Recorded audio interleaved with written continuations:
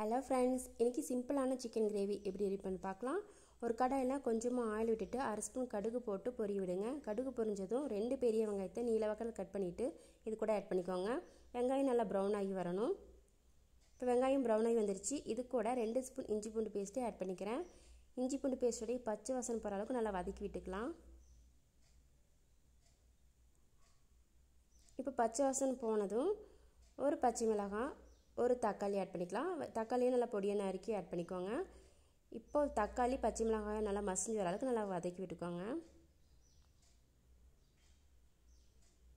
இப்போ எல்லாம் நல்லா வதங்கி வந்துருச்சு. இது கூட 1 கிலோ சிக்கனை நல்லா மஞ்சத்தூள் போட்டு நல்லா வாஷ் பண்ணி எடுத்து வச்சுருக்கேன். இது கூட ஆட் பண்ணிக்கிறேன்.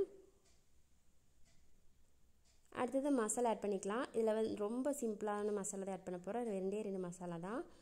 சிக்கன் மசாலா, மிளகாய்த்தூள், இந்த ரெண்டுமே நம்ம காரத்துக்கு கிரேவிக்கு தகுந்த மாதிரி ஆட் பண்ணிக்கலாம். இப்போ ஆட் பண்ணிவிட்டு நல்லா மசாலாலாம் சிக்கனில் கோட் ஆகிற அளவுக்கு நல்லா வதக்கி விட்டுக்கலாம். அவ்வளோதான். இந்த சிக்கனுக்கு நம்ம வேறு எதுவும் ஆட் பண்ண போகிறதில்ல. இவ்வளோதான். ரொம்ப சிம்பிளாக இருக்குது. டேஸ்ட் எப்படி இருக்குன்னு நினச்சிடாதீங்க. டேஸ்ட் ரொம்பவே நல்லாயிருக்கும். ஈஸியாக செய்யணும், டேஸ்ட்டாகவும் வேணும்னா இந்த மாதிரி ட்ரை பண்ணி பாருங்கள். இப்போ எல்லாம் நல்லா கலந்து விட்டுட்டு உப்பு ஆட் பண்ணிக்கலாம். சிக்கனுக்கு தேவையான அளவு உப்பு ஆட் பண்ணிக்கலாம்.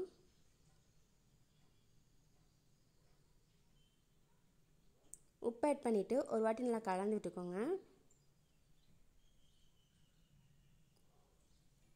கலந்து விட்டதும் நம்ம சிக்கனுக்கு தேவையான அளவு தண்ணி ஆட் பண்ணிக்கலாம். ரொம்ப கம்மியாகவே சேர்த்துக்கலாம். சிக்கன் சீக்கிரமாக வெந்துடும். தண்ணி ஆட் பண்ணிவிட்டு ஒரு வாட்டி மிக்ஸ் பண்ணிவிட்டு க்ளோஸ் பண்ணி வச்சுக்கலாம். ஒரு 10 நிமிஷம் அப்படியே ஸ்லோவிலேயே வேகட்டும்.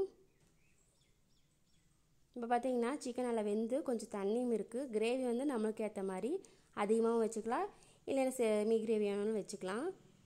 இப்போ இருந்து தண்ணியும் நல்லா ட்ரை ஆயிடுச்சு. அவ்வளோதான், சிக்கன் கிரேவி ரெடி ஆயிடுச்சு. ஃபைனலாக மல்லித்தலை தூவி இறக்கிக்கலாம். அவ்வளோதான். ரொம்பவே ஈஸியாக சிம்பிளாக டேஸ்டான சிக்கன் கிரேவி ரெடி ஆயிடுச்சு. இது ரைஸு, சப்பாத்தி எல்லாத்துக்குமே நல்லாயிருக்கும். நீங்களும் ட்ரை பண்ணி பாருங்கள்.